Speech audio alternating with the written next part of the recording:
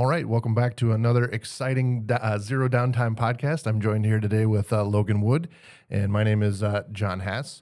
Today we're going to talk about a few interesting topics, I think, because I made the list. So Apple seems to be losing talent. Major companies are exiting the consumer sector because of AI, another Cloudflare outage, and we'll find out what Cloudflare is, and a new trifold phone that seems pretty cool to me. Before I start, I do have a little rant. Oh, Okay. Well, first, how you doing, Logan? thanks, John. I'm doing well. Thanks for asking. Well, good. Do you have a favorite Christmas movie? Yeah. No, why don't you tell me? Of course. What is it? Home Alone. I learned something this morning. Did you know, spoiler alert, the police officer in that movie at the beginning Okay. is the same as the burglar? You're joking. No, I actually, one of my favorite movies is Elf. Good one. Will Ferrell hasn't been my favorite actor lately, but I do enjoy him in Elf, and I think that there's going to. Oh, I know they're going to be playing it down at the Fridley Theater this weekend. So I think Emily and I are going to go check that out because seeing it on the big screen, she wouldn't have been born, I don't think, when Elf came out, and she really does like it. So John likes to throw bad facts at me about Home Alone and the things that can't be real that happened, like when they call home and the phone lines are down. yeah, well. I mean, where the local phone lines weren't down, but they could call the operator. There's so many plot holes in Home Alone that make it unrealistic. Best movie ever. Also, they've done a little study on the things that Kevin bought at the grocery store and what they cost today. So he handed the lady a 20, which is going to segue into my rant. He handed the lady a 20, and for all of these items that I think that they've estimated there's over $60 now in value for the same items. So it just shows that maybe our dollar has lost a little steam, which brings me to my next point, the penny. So today I went to the Quick Star to maybe have some breakfast. Maybe. And I got rung up and it was $9.09. Don't question what I got for $9.09, but $9.09. I think we should question what you got for $9.09. Anyways, I hand the guy a 20. He proceeds to hand me back $10.95. And I looked at him and he looked at me and he says, "We don't have the penny. We don't have the penny." So the store's going to take a 3-cent hit or 4-cent hit because the change should have been $10.91 in case you haven't calculated. I was able to add that up. Thank you. But then I noticed in the till he had no pennies. And so then I got here and I decided I'd do just a little bit of research. You know, Home Depot is doing the same thing. Almost everyone is doing it. Okay, so think about this. How many hundreds of millions of pennies are probably in circulation? Why do we have to immediately get rid of the penny?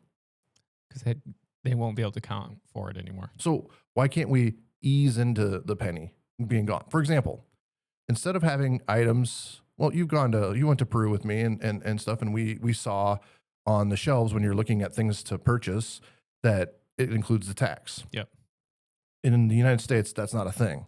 So you get hit with the tax at the end, and especially if you're shopping for food or clothing, you might not know what's taxed and what's not taxed.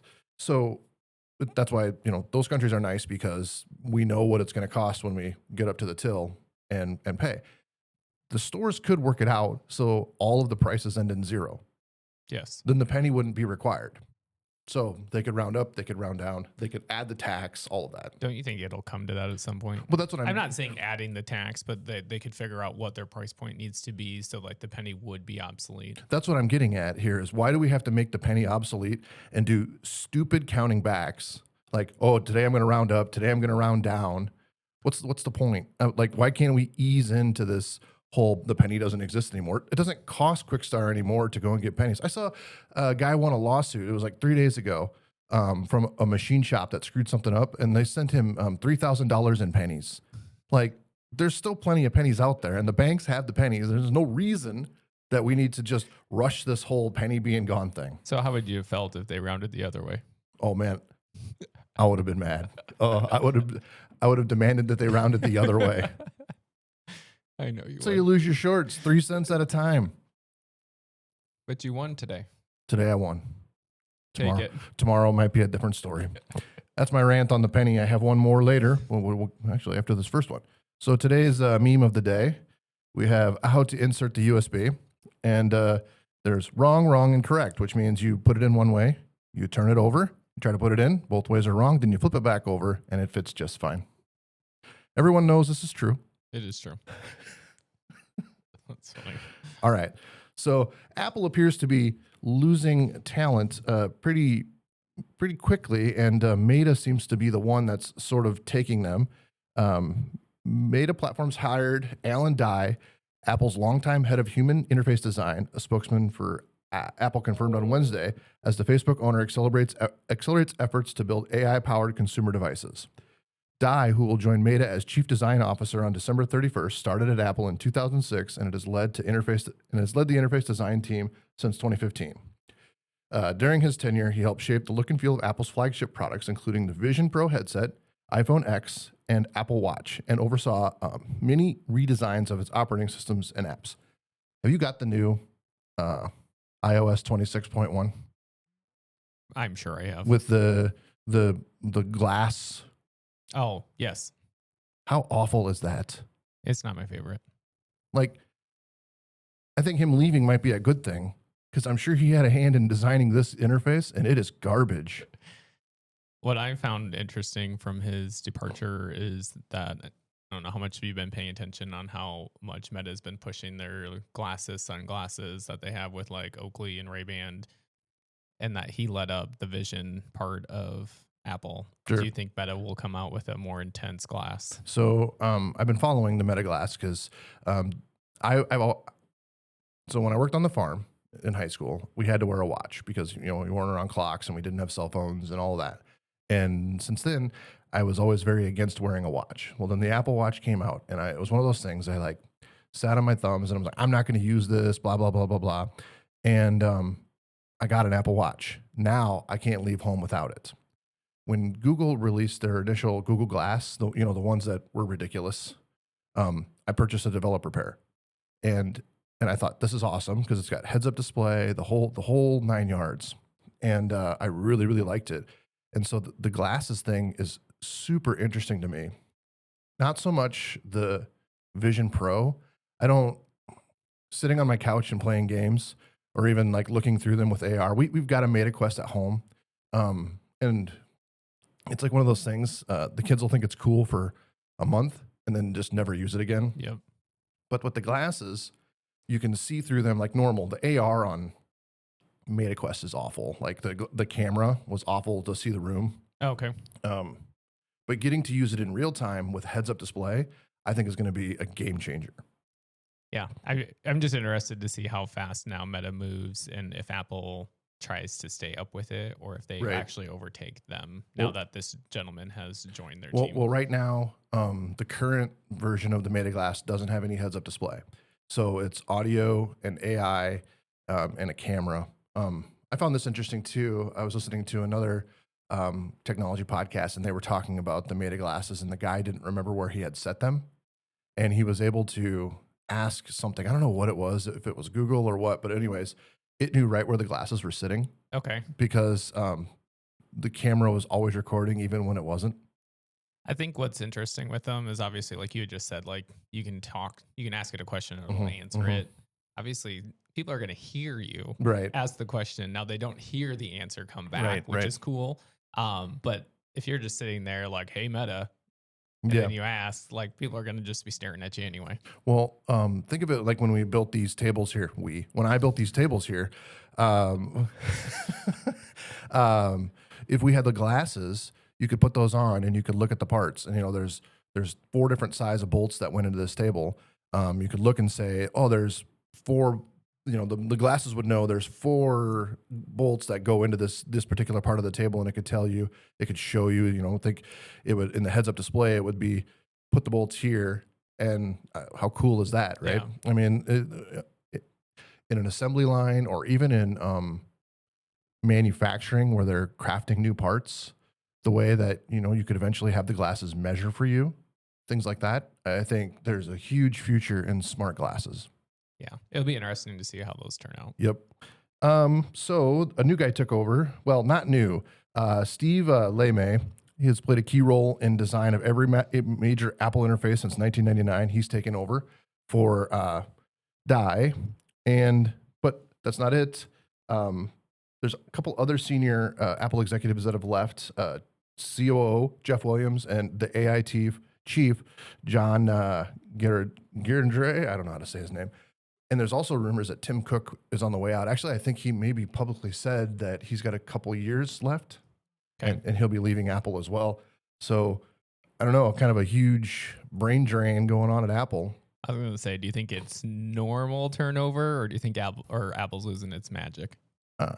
Probably a little of the magic being lost. I mean, Steve Jobs left, I think, a 6-year long roadmap for Apple, and we're obviously way past that now. Yeah. So everything that Apple is making is kind of their own design, and I think that the people will shake out that don't belong. Yep. I found this, and I knew this existed, but I wanted to get it in the show notes. Back in 2005, Steve Jobs sent an email to Bruce Chizen, who was at Adobe, and it says, Bruce, Adobe is recruiting from Apple. They have hired one person already and are calling lots more. I have a standing policy with our recruiters that we don't recruit from Adobe. It seems you have a different policy. One of us must change our policy. Please let me know who. Steve. I thought that was funny. It is. To think like that, if that was sent today. That's awesome. So was talking with the techs the other day about RAM for computers. Like your computer, common numbers you'll hear is 16 gigabytes, 32 gigabytes of RAM. RAM is when you open a program on your computer, say you open Internet Explorer, or you open Internet Explorer, that's a really terrible example, Edge or Chrome, you open one of those, the program gets loaded into RAM, and then that works with the CPU to show it on your screen, the GPU and all that to show it on the screen. So RAM is extremely important. And when you have lots of RAM, you can run lots of programs. It's the same reason that when RAM doesn't store anything on disk. So like when you are running a program and it crashes, a lot of times stuff won't be there anymore because it's in memory, not saved to the hard drive. That's how it works. So RAM is very important in a computer. Did you know that if you install it wrong, the computer will beep at you? I heard that. Yeah. I heard that there may be somebody that I'm talking with that did that. I believe you have a certification too, right? The more you know. So Dell and Lenovo are actually set to increase their prices as much as 15% this month. So what's happening is there's a company called Micron, and I didn't realize, like I said, I was talking to the techs. Micron makes Crucial RAM. Crucial is a brand, and it's a very popular brand. It's not the lowest, cheapest priced RAM, but it's probably some of the best RAM. And they also make SSDs, and both of those consumer markets are going away. So they're going to stop making RAM for the consumer market and stop making RAM and SSDs for the consumer market completely. They're going to be exclusively providing to AI data centers. So if you were a small business owner, would you ever tell anyone to go buy up extra RAM right now? Or you would wait it out to see what happens? So it's going to take a little time for somebody will take over. Somebody will be the new Crucial, be the new Micron, and supply the consumer market. It just has to happen. But it takes a long time to tool up. So Crucial or Micron makes RAM that go into Dell computers, that go into Dell laptops. And a lot of that RAM isn't replaceable. It's soldered. So you can't just upgrade RAM. What I would tell people is call A&P or your local trusted vendor, but A&P, and get an order in for some of the some computers that have a 5-year warranty. Let this stuff shake out, and somebody will come on the market with quality, low price RAM and SSDs. But for a little while, it's gonna be a little bit tough. It'll be interesting to see how this all shakes out. Yeah, but so anyways, why? So we've heard that AI uses a lot of GPUs, and GPUs are video cards, and they have VRAM, which is video RAM, really creative. And video RAM is really good at solving math problems or helping solve math problems. Whereas RAM is not really good at doing that. RAM is a good mediator between the CPU and the screen and everything else. So what they use RAM for in AI is they use the RAM to queue up the stuff that's going to go to the GPU because VRAM is so expensive. So that's why they need all of this RAM, is to queue up the LLMs. When you think a new person's coming in, do you think they will come in at a competitive price, or do you think everything's going to be a little bit more overpriced because you're not going to have it as easily accessible? So I think there'll still be cheap Chinese RAM on the market, right? But the cheap Chinese RAM has its own problems. It's going to come broke. It's going to come chintzy. It's not going to be good. And they're going to come in at a higher price point, but it's going to be more quality. They're going to have really good ECC RAM, error checking RAM, where the Chinese will usually don't do that, or you have to pay more. So I think that they'll come in competitive, but it won't be the lowest price. Okay. And I think the one thing that this really points to is that AI is definitely in a bubble. So when AI starts taking all of the parts that consumers need, I think that it's really, think of this. They're injecting $1 trillion into OpenAI. OpenAI, I don't think, has the market share of people paying or companies paying to cover $1 trillion of investment. No, I'd have to pull up AI and do it. But a math equation to figure out how many pro users that would take. Well, it's not just pro users. It's Apple. Apple has chosen, I think, Google for the back end of Siri. Okay. So that's good. Obviously, good for Google, but it's bad for OpenAI. And I think that OpenAI was a contender, but they were trying to charge too much. And when you do that, when you try to charge somebody too much, it tells the whole market that you're losing money and you're in a bubble. Yeah. So Cloudflare. You know what Cloudflare is, Logan? Why don't you tell me, John? Cloudflare is a global internet infrastructure. It sits between the websites and the rest of the internet. So, for example, you're a website designer. Say you make a website that needs high uptime, which are, of course, are all your websites. Yep. And needs the ability to survive a denial of service attack or anything like that. And that's what Cloudflare does. They make accessing your websites faster because their CDN, content delivery network, sits close to everything. So it would sit close to your web server, and it sits close to the person trying to request the page. So it helps load fast.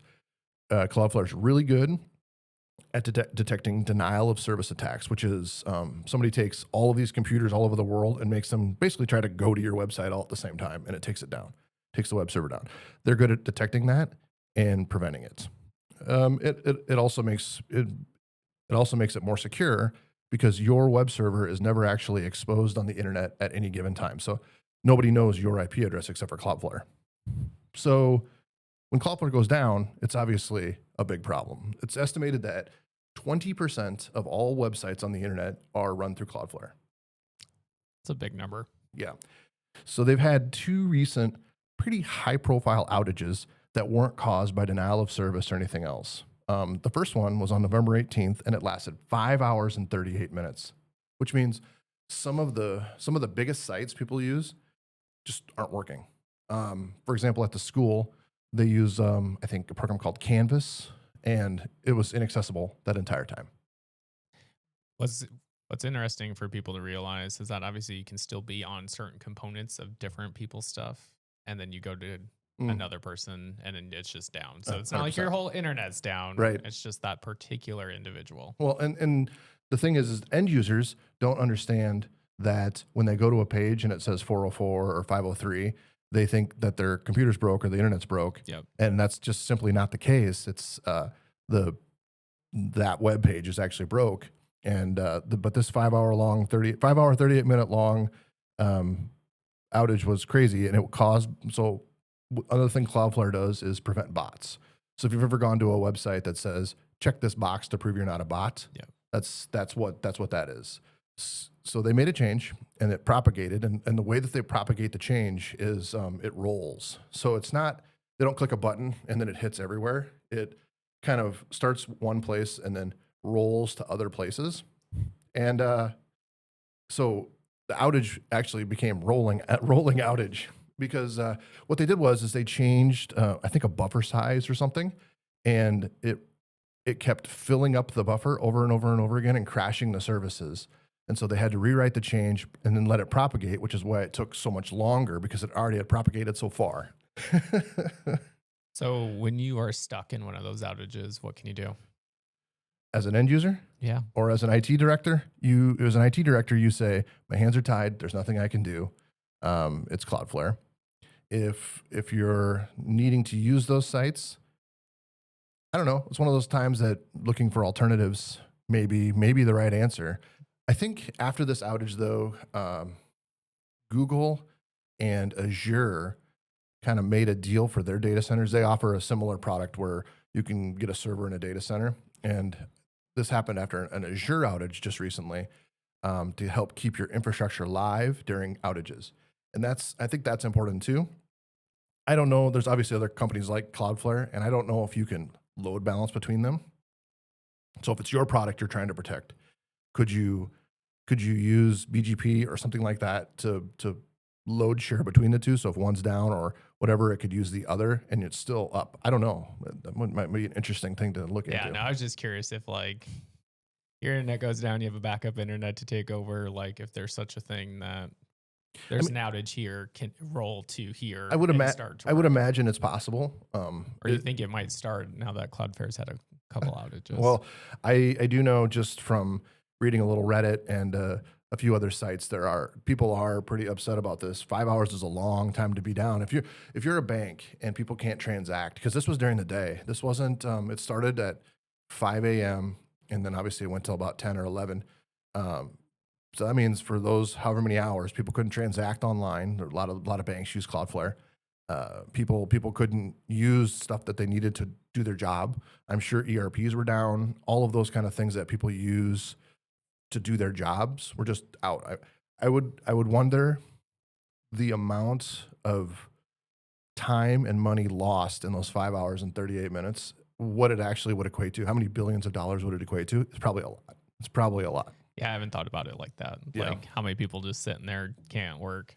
I used to be a collector at a bank for a bank card back in right when I got out of high school, and we'd call people on the phones and demand they pay us. It was an awesome job. Anyways, and I wasn't good at it, but I thought you always said you're very good at it. I was pretty good actually. I won a trip to Las Vegas. And I wasn't even old enough to gamble. Did you go? I did. I took my wife. It was before we were married, but I took my wife and we walked the casino floors. And that's back when they put the quarters in the machines. They don't do that anymore. And so every hotel had its own cup. Okay. And so she went around and she collected all the cups, but we couldn't gamble at all. So, and then, so I got, let's see, I think it was the ticket, 2 tickets, a hotel, and $1,000 in cash, which normal people would have gambled. I had a goal. I was coming back with $300. Must have been $500 we got, not $1,000. I had a goal. I was coming back with $300 because there was a motorcycle I wanted to buy. I think I might have starved her. Did you make it back with that amount? I did, yeah. Aaron and I went up like the next week and bought the motorcycle from the guy over by Wisconsin. That's awesome. So then Cloudflare had another outage December 5th, and that affected 28% of all of their website traffic. So anybody that hosted a website behind Cloudflare, 28% of them. And that had to do with a buffer size increase because React, which is a UI, Facebook created React, and that a lot of people use React for their website design. Had a vulnerability, and they needed to increase a caching value. I don't understand it, but they had to go from 128 kilobyte to 1 megabyte.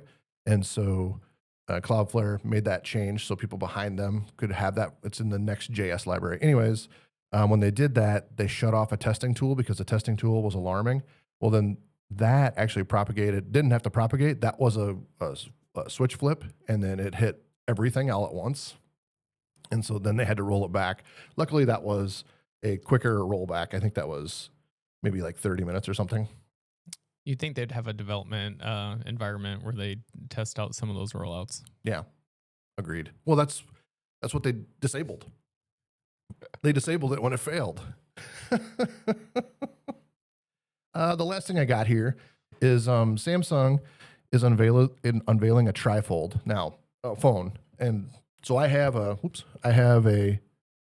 bifold phone here that I use for developing. So this is the screen, and then this would be like more of a, not an iPad, but what do you call those? Like a notepad. Notepad layout. It's smaller than the trifold. But anyways, I just wanted to give you an idea. So it folds out, and then the whole screen lights up. So you can get a small view and then a big view. And I like it for developing because then I can quickly see, without having to load up an emulator or anything else, I can quickly see what it looks like on a little bit bigger screen to see if I'm going to break something. Anyways, it announced it on December 12th, or actually on December 12th, it's going to be launched in South Korea, and it's going to come to the US the first quarter of 2026. Unfolded, it's 3.9 millimeters. So it's like thick. It's not thick. Oh, unfolded. Sorry. It's smaller than an iPhone, I think. Okay. Each of the folds has a battery, so that's kind of cool that and they're all connected, right? So if you use it as a regular phone, it uses all 3 batteries, which I thought was cool. It has when it's unfolded, it's 10 inches, which is an interesting number because that is when you're developing on Android. One of the set of screenshots they want you to send to put it on the store is what it looks like on a 10-inch device. So that means that you could actually do all of your development on that phone. So you could do it on the main screen for your small phone screenshots, and then you could do it on the trifold screenshots and be able to do it all at once. It's got a 120 hertz refresh rate and a peak brightness of 1600 nits. I don't know what that means. The battery is 5600 milliamp, which is pretty cool, and that's a big battery. I mean, do you think this is going to replace tablets for some people? Yeah, of course. Of course. It is about a 1/2 inch thick when it's folded, which is about the same size as I would say the phone I just put up on the camera. It's thick, but I don't know. It folds out into 10 inches. Right? I'm guessing you're going to get one. I'm excited to see it.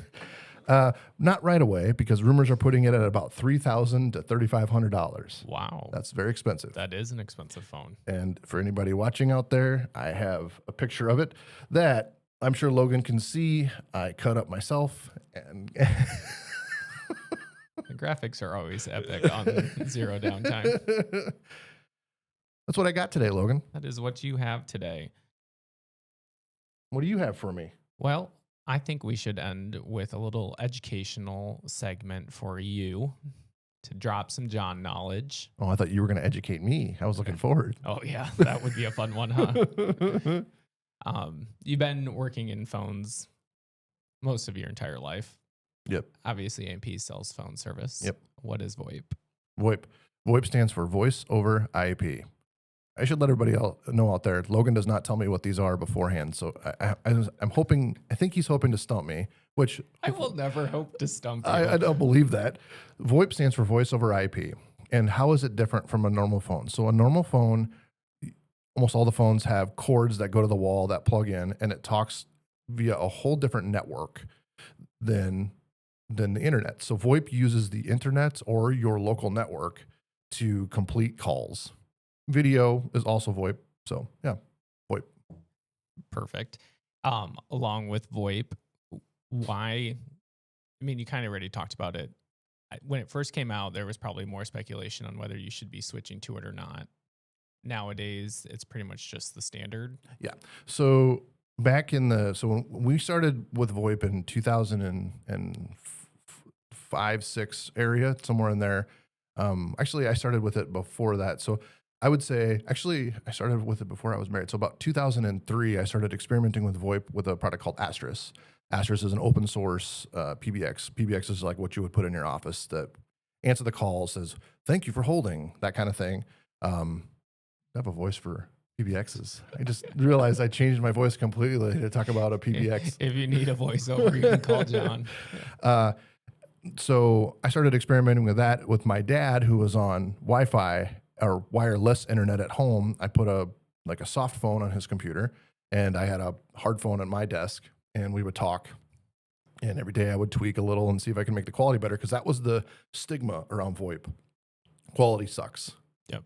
And now the FCC, which is the governing body for telephone, internet, communications in general, has basically outlawed old school POTS lines. So even if you go and you buy a POTS line from your local phone company, the back end of that is almost certainly VoIP.